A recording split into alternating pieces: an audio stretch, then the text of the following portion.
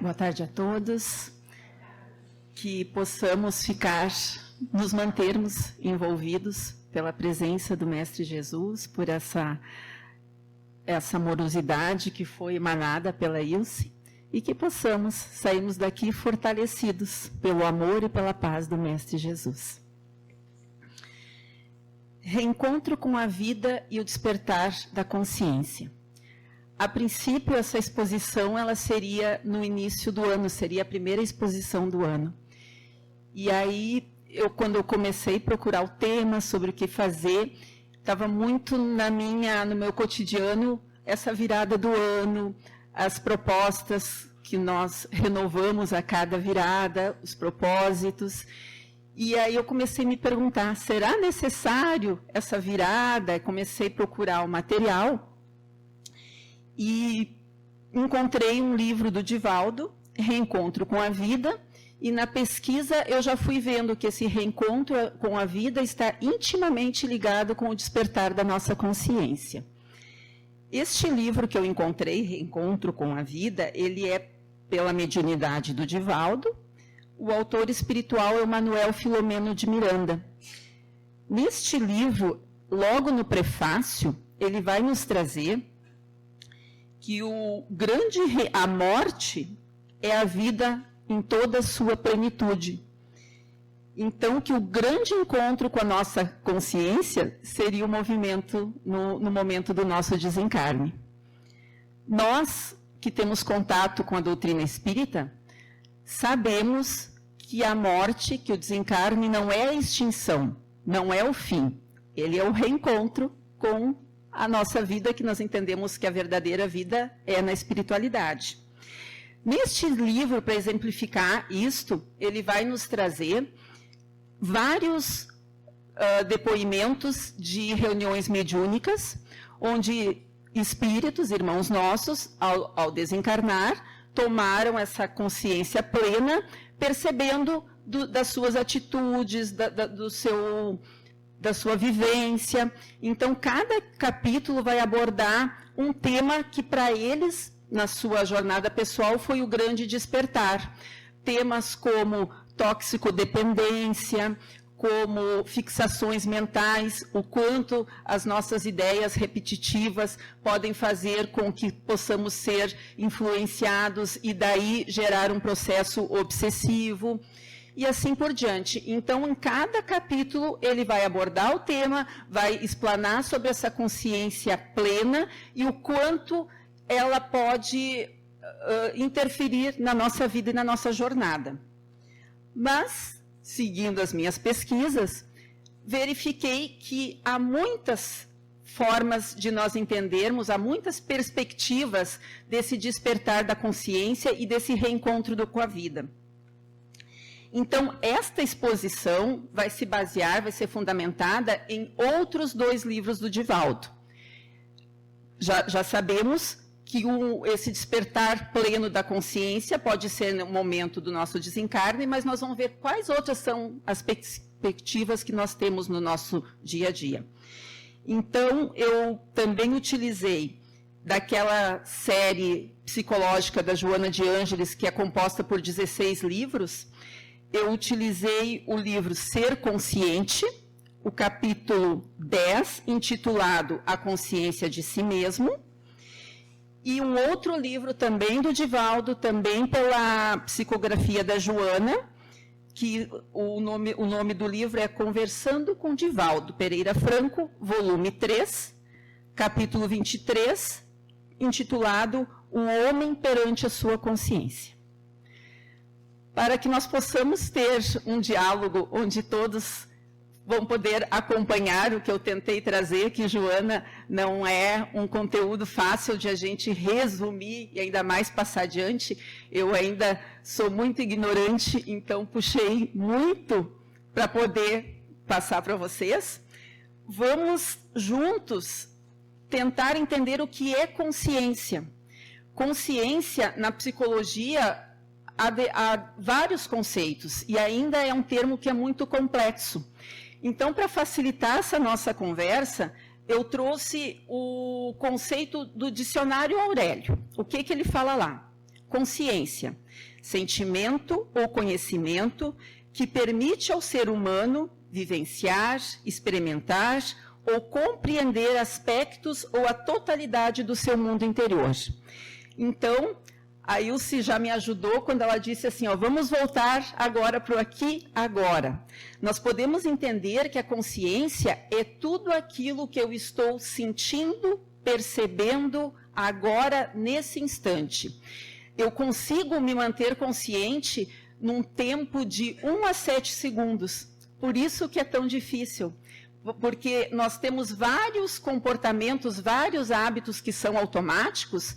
A maioria de nós, nesse período que vamos estar aqui, nessa exposição, não vamos estar conscientes uma boa parte do tempo.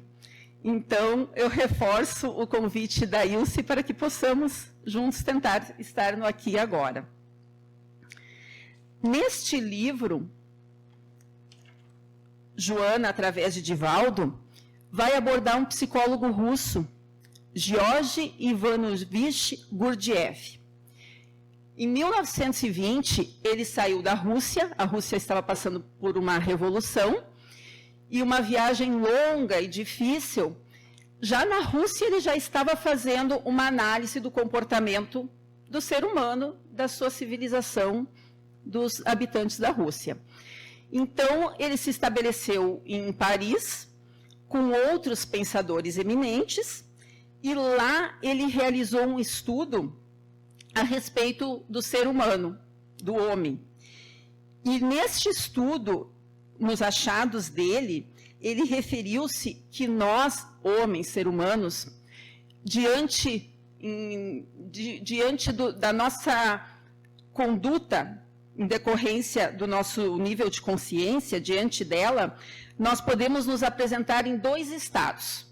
Nós podemos nos apresentar adormecidos ou despertos.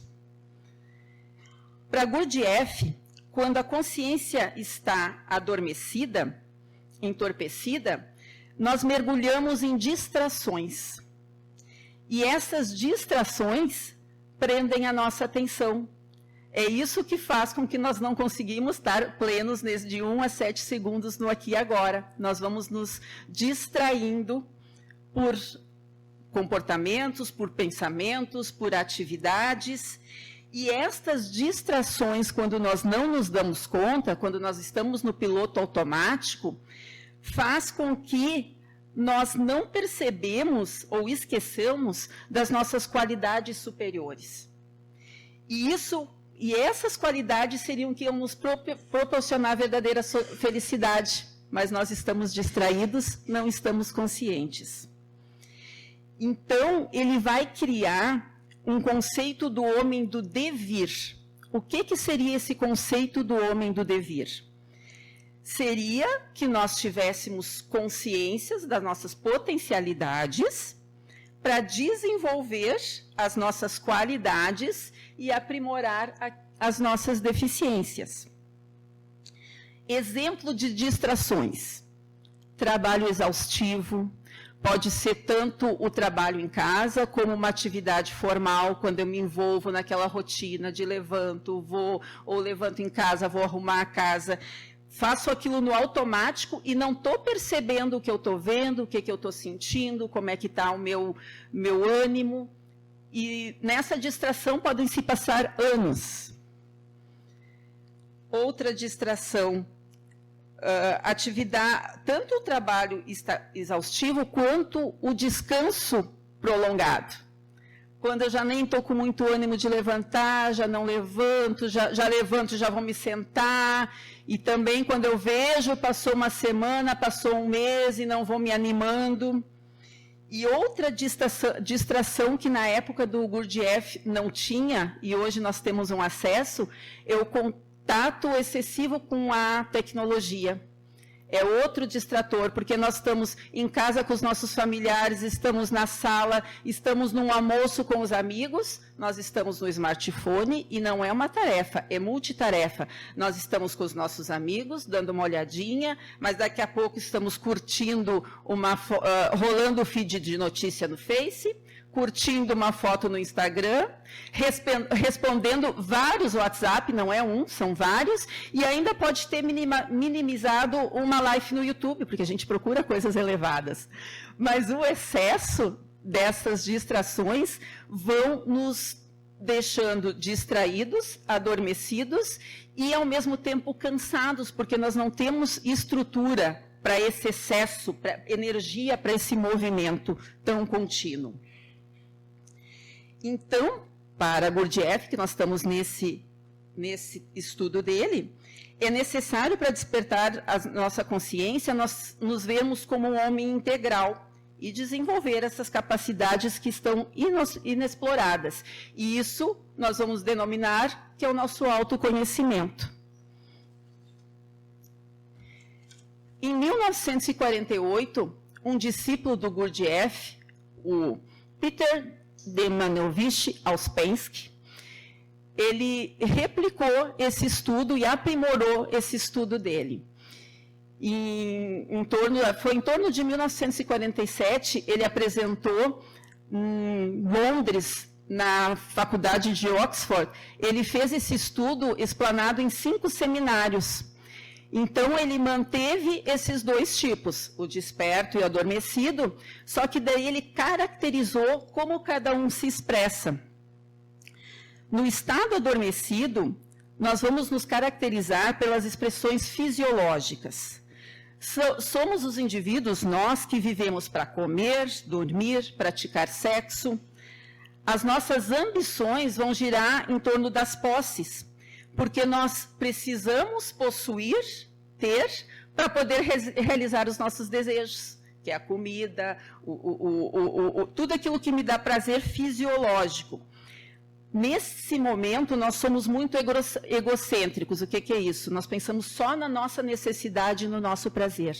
Nós não temos um ideal, nós não conseguimos olhar para o outro. Já o estado desperto se caracteriza pelas expressões psicológicas. E o que seriam essas expressões psicológicas? São os indivíduos que têm ideais, que amam, que cultivam os objetivos nobres da sociedade, comem para nutrir-se, dormem para refazer as forças, exercem o sexo de uma forma afetiva para procriar, mas também para a troca de sentimentos. A relação sexual, ela não é só pelo ato, ela tem um lastro sentimental e afetivo junto. Então, são as pessoas que primam em função dos objetivos essenciais à vida, que dignificam a criatura humana. Esses são a minoria da sociedade. Para Ouspensky, que é esse discípulo do Gurdjieff, nós todos já estamos num estado de consciência desperta, com exceção de civilizações como existe na Nova Guiné, lugares bem remotos, que a civilização ainda está muito no instinto, na evolução do instinto, que fomos nós, quando nós estávamos lá na época dos homens das cavernas. Então, como ele aprimorou esse estudo do Gurdjieff, ele vai discorrer que nós temos 4 estados de consciência. Nós transitamos, quando nós estávamos no estado profundo, foi quando nós estávamos transitando milhões de anos no nosso instinto repetitivo, dos homens da cavernas, quando nós éramos muito agressivos, defensivos por instinto. O segundo nível que ele vai dizer é o da consciência desperta. É quando nós, no momento que nós adquirimos o discernimento, nós já temos um ideal, mas a Joana ainda acrescenta que nós temos um ideal, mas nós ainda não descobrimos os outros. A gente ainda é um pouquinho egocêntrico. Aí, nós chegamos ao terceiro nível. O terceiro nível, se alguém está meio aflito, é essa ideia, que é para o despertar das nossas consciências. Estou pensando, eu sou adormecido, eu só quero comer e dormir, né? Nós vamos oscilando E dentro desse terceiro nível é o que vai dizer respeito às nossas jornadas evolutivas, o nosso ir e vir. Nós estamos no centro espírita, nós entendemos que nós encarnamos e reencarnamos várias vezes. Em cada ida e vinda, nós vamos aprimorando essas funções que se encontram no terceiro nível. Que é terceiro nível, que todos nós estamos, meio sonâmbulos, meio despertos, que é a consciência de si mesmo. Eu vou trazer, dentro desse nível, vão ter 7 funções, porque o Ouspensky, ele fez uma analogia que nós somos uma máquina. E para essa máquina funcionar com perfeição, nós temos que ter com todas as funções da máquina em pleno funcionamento. E essas funções nós vamos desenvolvendo em cada reencarnação. Como nós somos diversos tipos, né? Cada um aqui está com essa função mais ou um pouquinho desenvolvida, porque a cada ida e vinda, nós somos herdeiros de nós mesmos e nós vamos acumulando aquilo que nós plantamos, nós vamos colhendo e assim nós vamos nos desenvolvendo. Esse é o nosso processo evolutivo. Então, essas funções, elas são bem profundas. Eu vou só citar e caracterizar alguma delas para nós nos darmos conta, para que nós façamos esse despertar. Onde eu estou? O que eu tenho que fazer para melhorar? A primeira função é a intelectiva, que nós já começamos a desenvolver lá na época do instinto no sono profundo.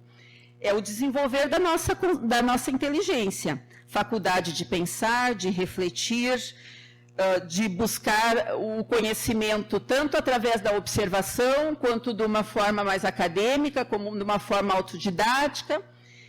É o que nos permite que nós adquiramos a experiência. Nós temos que ter um mínimo de inteligência, que assim, quando nós começamos, nós não paramos mais. Seria o nosso desenvolvimento intelectual das várias formas. A segunda função é emocional. Essa nos exige até o final, até a gente sair dessa fase, porque nós somos um feixe de emoções. A nossa consciência desperta é o que vai ajudar a pautar o equilíbrio dessas emoções. Dentro de um comportamento mais saudável, porque nós vamos ver que durante esse processo tem situações que nós estamos muito emotivos, outras que nós estamos frios demais. Então, o negócio é o caminho do meio. E esse emocional, ele vem vindo junto com o intelectual, e nós também podemos utilizar dezenas e dezenas de encarnações para atingir esse equilíbrio emocional.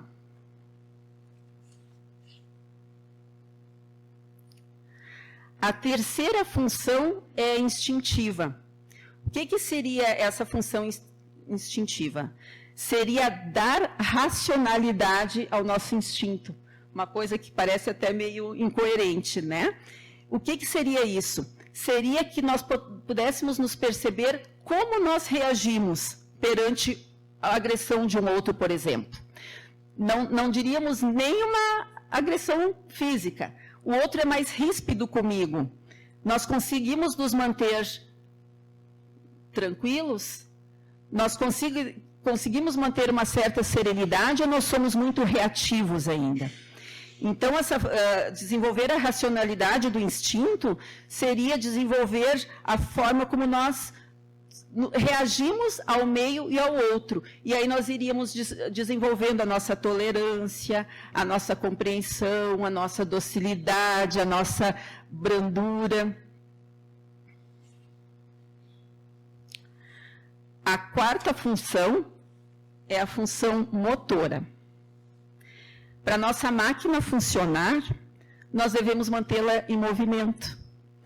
Então, ela vai dizer bem essa parte física mesmo. Eu exercito o meu corpo, eu faço caminhadas, eu me movimento em casa, e não diz só respeito a essa prática física mesmo.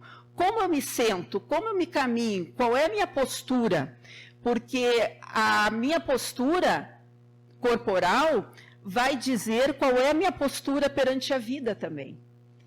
E à medida que nós vamos nos acomodando, todas aquelas funções já estão juntas. Se já o meu emocional não está muito legal, está mais para baixo, eu já vou sentar mais cabisbaixo. E eu me dando conta da postura, por exemplo, a forma como eu sento, o tempo que eu fico em descanso, tudo isso não deixa de ser um dar-se conta, um despertar de mim e de como eu estou me entendendo e me movimentando.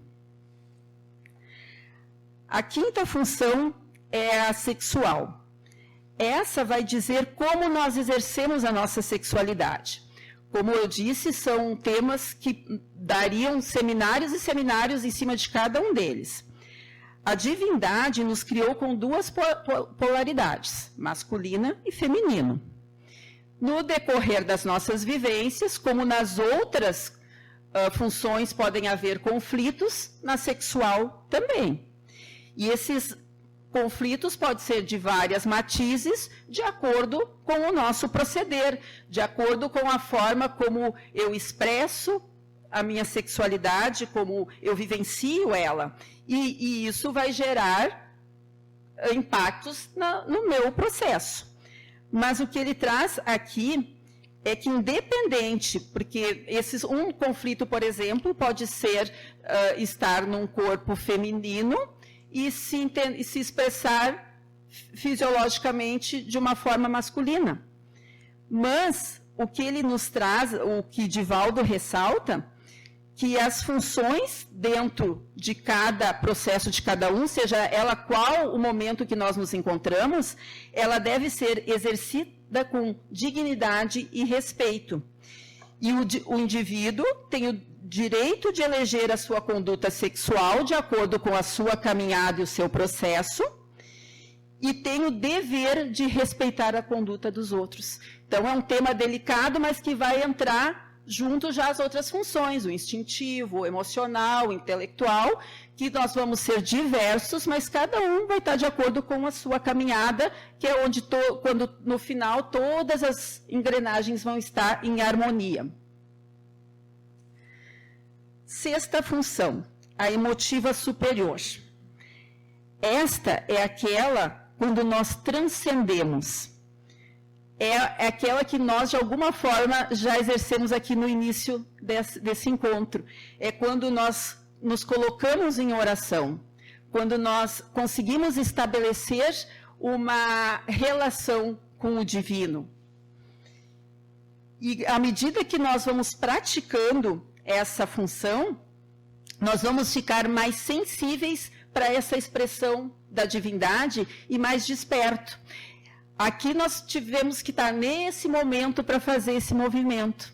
Mas depois, quando nós vamos nos habituando a ter essa relação, nós vamos reconhecer esse momento e essa resposta, nós vamos observar e perceber Deus no sorriso de uma criança, no encontro fraterno e genuíno entre amigos, na poesia de um pôr do sol, que tem umas pinturas que muitas vezes nós passamos no dia a dia, porque estamos adormecidos e não percebemos aquele belíssimo pôr do sol.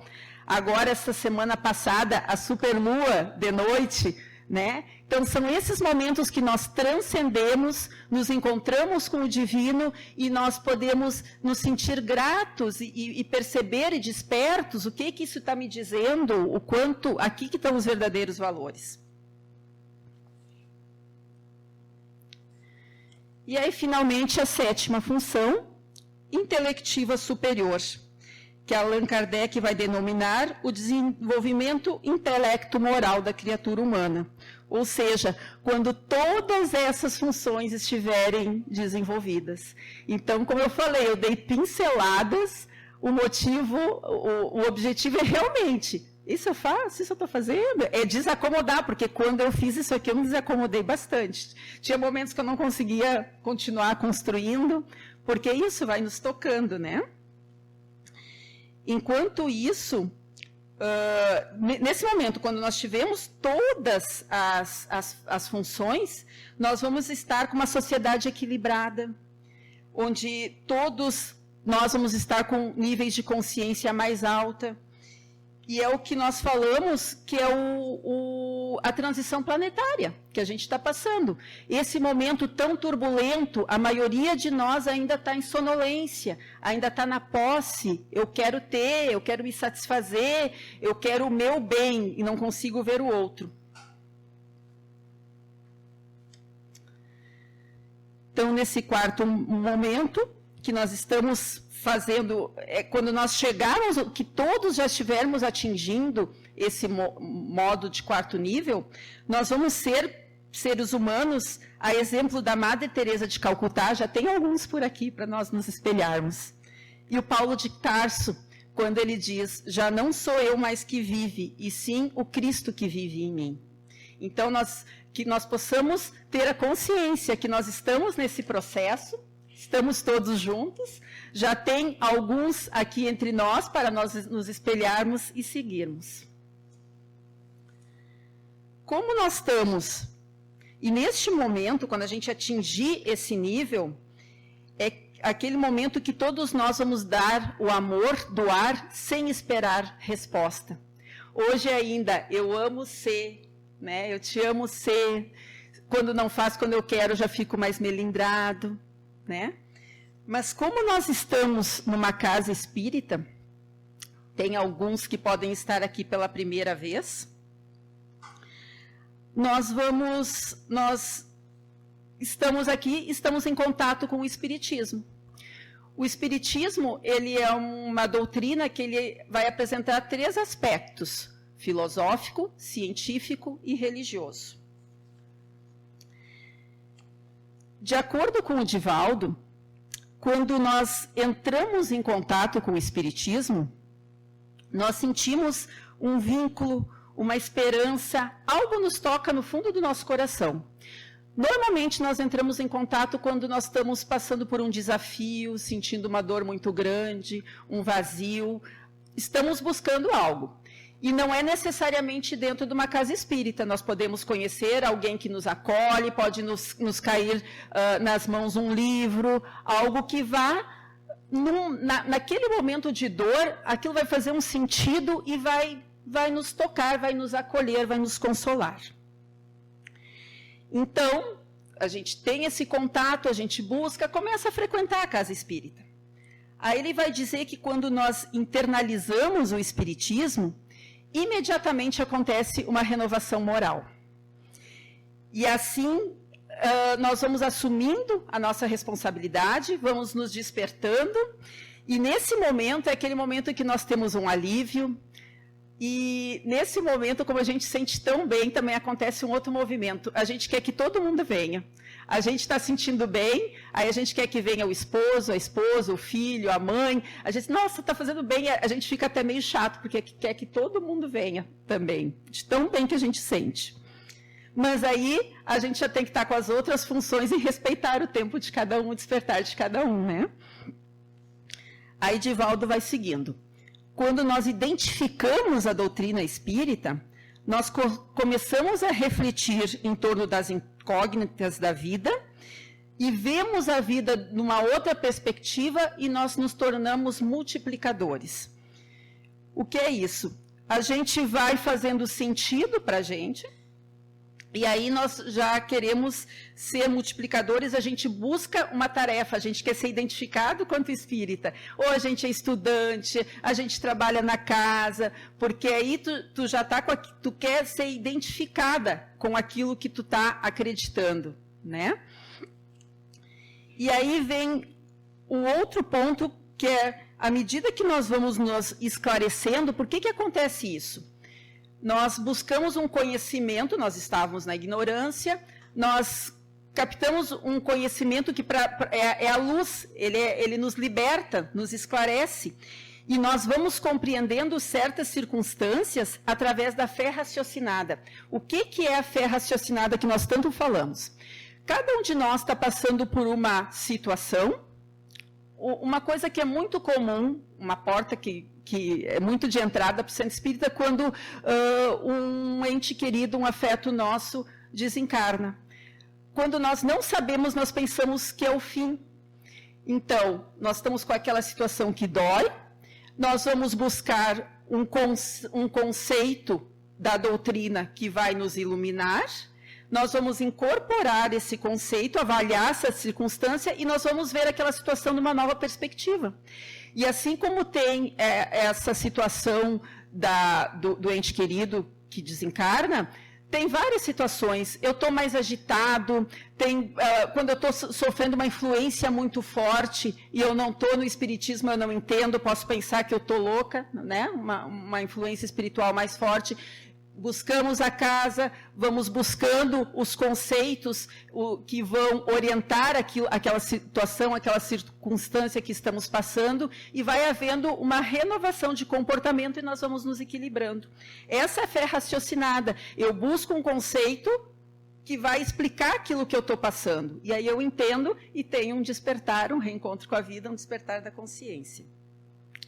Mas quem vê de fora, e como tem esses três aspectos, científico, religioso, filosófico, atrás de todos esses aspectos, no cerne desse triângulo, está Deus, está Jesus. Então, eu trouxe aqui um ensino direto de Jesus, porque ele nos ensina por parábolas, ensina por ensinos indiretos, mas esse ele falou diretamente. Eu sou a porta. Se alguém entrar por mim, salvar-se-á, e entrará, e sairá, e achará pastagens. Se nós tentarmos trazer para o que a gente está tentando explorar aqui hoje, a porta, nós entendemos que a porta é uma passagem situada entre dois ambientes. No sentido do Evangelho, expressa dois níveis de entendimento, os níveis de consciência. Então, a porta está representada pelo Cristo. Quando eu estou desperta, eu vou ter um início de renovação mental. E quando eu vejo o exemplo, porque nós entendemos que Deus é a inteligência suprema, causa principal de todas as coisas, ele vai se expressar por Jesus, Jesus se expressa pelo seu Evangelho, então ele é o que nos dá, nos orienta. Então, quando eu consigo estabelecer essa relação, quando eu consigo ver o Cristo, que ele está representado dentro de mim, vai haver uma renovação moral, mental e de comportamentos. Ao longo do nosso caminho, se nós formos pelo que a gente está trazendo aqui, nós encontramos portas largas, quando estamos distraídos, quando estamos sonolentos, e as portas mais estreitas. Aí nós temos que observar, aquele caminho fácil, aquela porta larga, quando nós estamos muito naquele prazer meu, aquele prazer físico, não é que é a necessidade, o negócio é quando é só. Essa nos leva às desarmonias, os prejuízos. A porta estreita, ela é caracterizada pela renúncia. Por exemplo, para estarmos aqui hoje, nós podemos ter renunciados muitas portas largas. Demandou um movimento nós virmos para cá. E ainda, Jesus, eu sou o caminho, a verdade e a vida. Ninguém vai ao Pai senão por mim. Ele é o caminho, e esse é o despertar. Cada um de nós, conseguimos perceber essa presença, e o que eu vou usar dele? Como que eu vou buscar ele para o meu dia a dia? Como que eu vou abrir esse espaço? Aí nós podemos ainda linkar com Kardec, quando na questão 621, ele pergunta, onde está escrita a lei de Deus? Na consciência. E a questão 625, qual o tipo mais perfeito que Deus tem oferecido ao homem para lhe servir de guia e modelo? Jesus. É essa a busca, como cada um de nós, para estar desperto, vai conseguir abrir espaço para Jesus.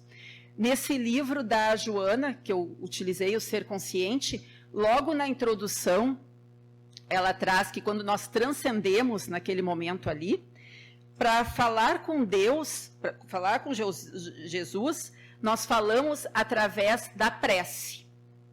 E para ouvi-lo é através da meditação. Porque tem uma diferença entre prece e meditação. Na prece eu estou falando, eu estou expondo, ele me permite falar. Ele não tem essa necessidade, nós que temos essa necessidade. E na meditação é aquele momento que eu abro espaço para ver o que ele está me dizendo. E aí que é o que nós temos que desenvolver o hábito, que é mais difícil, porque é aqueles 7 segundos que nós temos que estar consciente. Porque daqui a pouco eu estou fazendo a prece e eu não consigo abrir o espaço para perceber essa resposta. É esse silêncio que ele vai me vir, nós somos muito concretos, nós queremos ouvir aquela voz. E não é. Às vezes a resposta é um sentimento. As respostas não é naquele momento, eu recém fiz a prece, mas aí depois alguém vem e vai me dizer. Ele é muito sutil, mas para isso nós temos que desenvolver esse hábito, que é estar desperto para fazer isso. E é difícil, porque exige esse momento pleno, essa consciência, nós temos que pôr, porque a gente já vem daquele hábito, a gente já vem daquela automaticismo, e nós não percebemos, e é isso que a gente tem que se dar conta, porque em algum momento aqueles hábitos, sim, nos eram pertinentes, era momento, mas tem situações, tem comportamentos, e o comportamento que eu digo pode ser pessoas que eu convivia, chega um momento que eu ainda estou convivendo e não faz mais sentido, mas eu continuo e aquilo não está me fazendo bem, ou livros que eu lia, lugares que eu vou, sei lá, cada um que vai saber qual é aquele seu hábito, que para isso que nós temos que dar esse tempo. O que eu estou fazendo? Isso faz sentido? Porque muitas vezes nós seguimos fazendo coisas que não fazem sentido para nós. E esse é o convite. Despertarmos quando nós tomamos a iniciativa de fazer essa mudança. E demanda a nossa vontade, demanda o nosso empenho, o nosso investimento. Então, nesse sentido, estar desperto é abrir coisas que não fazem mais sentido. E quem está falando aqui, que eu estou tentando trazer, é a Joana. Então, no finalzinho, quando eu estava fazendo essa pesquisa, eu estava lendo um livro dela, esse eu estava lendo independente da pesquisa, mas eu me deparei, o nome do livro é Luz nas Trevas. E aí, no capítulo 29, ele se intitulado Reencontros. E aí, neste capítulo, ela vai expor que a nossa existência transitória é um ir e vir contínuo entre o mundo espiritual e o mundo físico. E que o objetivo desse ir e vir, se nós vamos estar buscando ali aos Pensky, as funções da máquina, conseguir esse equilíbrio, é que quando todas essas funções, o amor vai se manifestar integralmente. É aquele amor que não cobra. Então, nós nascendo e renascendo, nós vamos gerando vínculos, nós vamos nos adaptando a esses vínculos, vamos gerando os conflitos, né? Nós ainda estamos no planeta de provas e expiações. Nós causamos o danos, depois nós vemos e nós resgatamos, nós expiamos, nós vamos pagando o nosso saldo, e assim nós vamos nos aprimorando as nossas virtudes. E esses vínculos, diz ela, vão nos proporcionando reencontros que vão proporcionar a nossa evolução, o nosso aprimoramento na nossa jornada. Então, neste livro, ela vai trazer assim: hoje é teu dia de amar. Então, hoje é o nosso despertamento. Hoje é o convite para que nós possamos vivenciar o Evangelho. Seguir o Cristo é isso, vivenciar o Evangelho. E aí ela ainda ressalta: hoje, ou melhor, agora é o teu santo momento de auxiliar sem muita demora, porque para a gente, esse amor que a gente está falando é o de doar. Para isso, eu tenho que me acolher, eu tenho que me amar para poder amar o outro. Mas para isso, eu tenho que estar com as mãos abertas, porque como nós vimos ali quando nós estamos em estado de sonolência, nós estamos com as mãos fechadas, porque nós estamos na posse.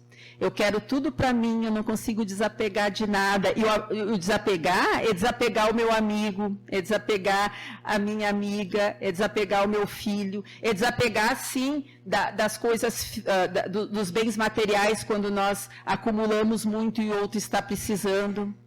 Então, para que possamos amar e vivenciar esse evangelho, nós temos que ter espaço. E o espaço é no nosso íntimo, espaço é no nosso físico. Para assim podermos fazer essa troca. E claro que é um passo de cada vez. Então o convite hoje é o despertar. O que eu posso fazer agora? O que eu me dei conta nesses 7 segundos que eu consegui ficar pleno, que é o que a gente pode, é dentro das nossas possibilidades. Que possamos cada dia buscar Jesus, buscar Deus, saber que não estamos sós, nós pensamos às vezes que estamos sós, mas não estamos. Basta que nós façamos esse movimento de transcender. Então, o desejo é que possamos seguir o conselho da Joana e amar dentro das nossas possibilidades. Obrigada.